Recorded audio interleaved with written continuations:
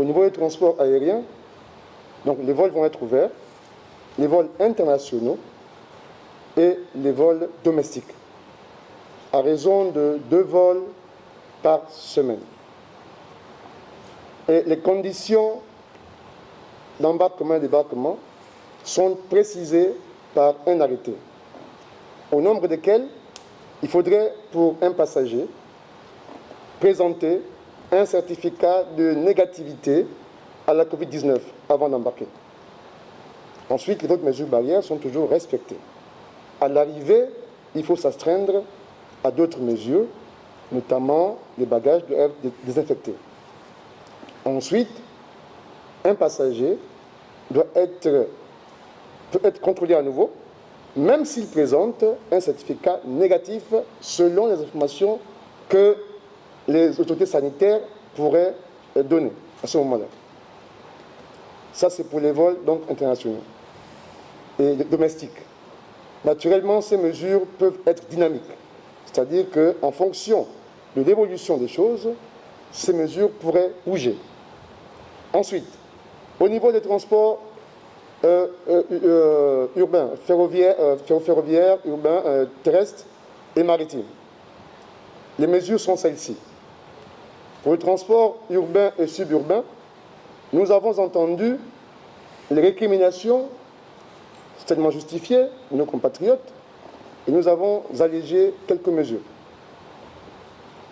À titre d'exemple, dans les taxis, nous passons de 2 passagers à 3 passagers et le chauffeur. C'est-à-dire que dans ce véhicule berline, il y aura au total 4 personnes. Et dans les bus, nous avons augmenté le nombre de personnes en respectant la distanciation physique de 1,50 m et nous sommes passés, à titre d'exemple, pour un bus de 30 places, à 17 places assises. Tout ceci en respectant les mesures barrières, en mettant les gants, les masques, en se protégeant. Et au niveau du transport avec les autres provinces du Gabon, au niveau du ferroviaire, du maritime que du terrestre, les mesures appliquées pour l'aérien sont à peu près les mêmes. C'est-à-dire qu'un concitoyen qui voudrait se rendre à OIM doit présenter un test de négativité qui date de 5 jours au moins, avant d'embarquer dans un bus. Il en est de même pour les autres modes de transport. C'est ce sésame qui va permettre aux concitoyens de se déplacer.